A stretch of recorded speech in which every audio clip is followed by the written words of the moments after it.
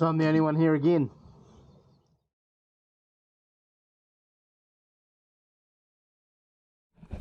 Right, so here we've got the two cameras. One's a forward firing, oh, that's the screen. So here we've got two cameras. One is the GoPro, that just fires straight ahead. And the other is the Insta360 X2, that's a 360 camera. So I'm going to mount the 360 on this side, you can see the mount, and on this side mount the GoPro and see how they compare. And we'll just screw it on and bang, that can look everywhere, so forward and backwards. I can just choose how it's going to film afterwards. Camera in here slots in something like that. For those who know about these, you'll know that I put it in backwards. Hey, it's all good. Here we have the Insta360 providing a good picture.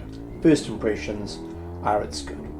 The BMW has been fed the onions and the sound's okay too. I spoke too soon. Needs an external microphone.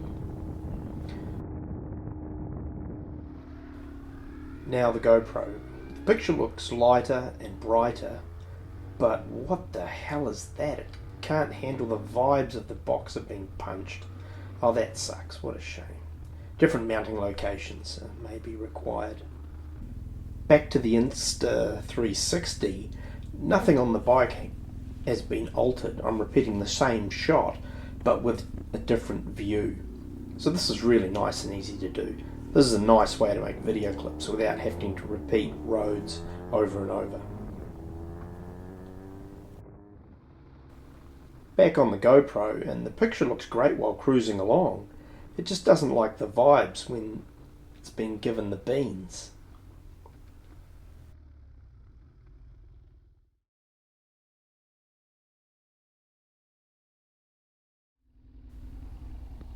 So a quick adjustment to the bracket, and now we have another view.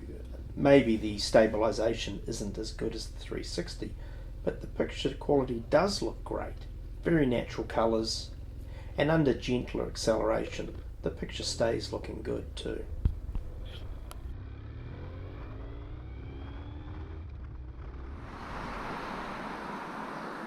So here's an example of the two cameras.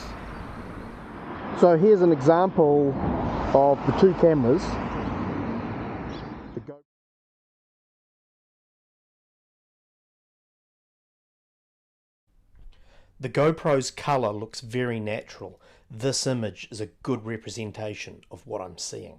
Firstly, the Insta360 seems further away and the colours are wild. This bike isn't the orange you're seeing. So in conclusion, two very different cameras giving two very different results.